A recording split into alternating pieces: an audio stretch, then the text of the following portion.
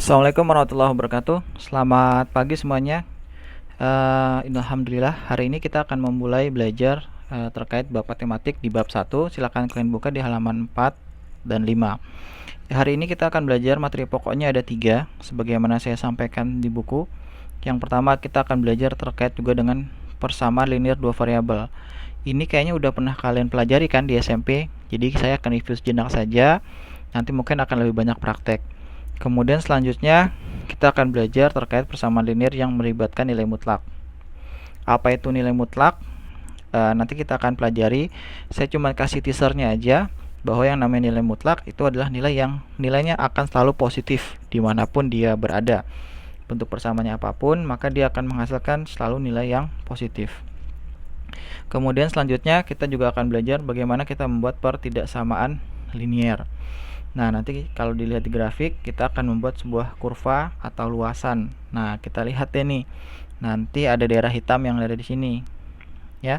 Ini daerah hitam, ini daerah hitam. Ini merupakan himpunan dari sebuah pertidaksamaan. Kemudian kalau kamu cermati secara baik-baik, garisnya ada yang garis lurus, ada yang garisnya putus-putus. Nanti kita akan pelajari lebih dalam terkait sistem pertidaksamaan linear ini.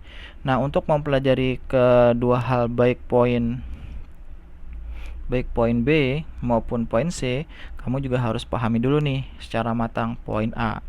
Nah, kalau kamu tidak paham poin A, karena poin A ini akan digunakan sebagai dasar penyelesaian untuk poin B dan poin C. Jadi kayak gitu ya, jadi cermati baik-baik. Baik, kita akan lanjut ke bab selanjutnya. Bukan bab, subbab selanjutnya, kita akan masuk ke bab. Yang pertama kita akan belajar terkait persamaan linear dua variabel. Saya yakin kamu sudah tahu kan bentuk persamaan linear dua variabel. Nah, di depan kalian sudah saya sajikan sebuah grafik kartesius lengkap dengan sebuah garis biru. Maka kalau saya bilang persamaan linear dua variabel, apa sih persamaan linear itu? Persamaan linear artinya persamaan garis lurus. Artinya persamaan yang kalau kita buat akan membentuk kurva-kurva tersebut, titik-titik tersebut akan membentuk yang namanya garis lurus. Ini contohnya kayak gini ya. Ini lurus.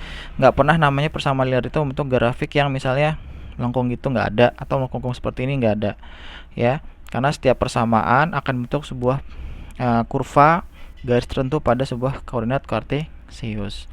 Nah, kita sudah tahu bahwa persamaan linear dua variabel itu bentuknya ada ya seperti ini bentuk persamaan umumnya. Saya akan menulis sebentar. Y sama dengan mx ditambah c. Saya zooming dikit.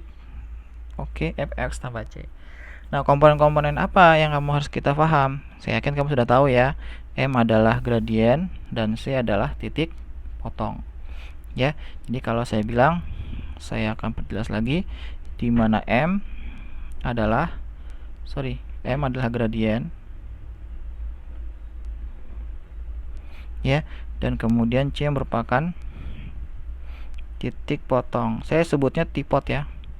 Tipot, saya singkat saja tipot, sumbu dengan sumbu Y. Kalau gradien, berarti gradiennya rumusnya apa? Kamu sudah tahu nama gradien? Perubahan antara sumbu Y dan perubahan sumbu X. Itu yang disebut sebagai namanya gradien. Atau kalau mau dipanjangin bisa. Itu Y2 dikurang Y1, X2 dikurang X1. Kemudian tipot sumbu Y apa? Tipot sumbu Y nggak ada. Kalau tipot sumbu Y menggambarkan dia memotong sumbu Y di titik apa. Untuk mempelajari hal ini, kita akan menggunakan sebuah bantuan aplikasi yang berbasis web, yang nanti linknya akan saya bagikan di bawah ini. Kayak gitu ya. Kita akan belajar notasi dari gradien. Saya akan coba ke bagian webnya. Kalau web aslinya kamu akan seperti ini. Nanti ada 3 bagian. Yang pertama adalah slope. Kita akan belajar slope secara perlahan. Kemudian slope intercept, perpotongan kemiringan dengan sumbu Y. Kemudian ada point slope. Point slope itu perpotongan dengan sumbu X.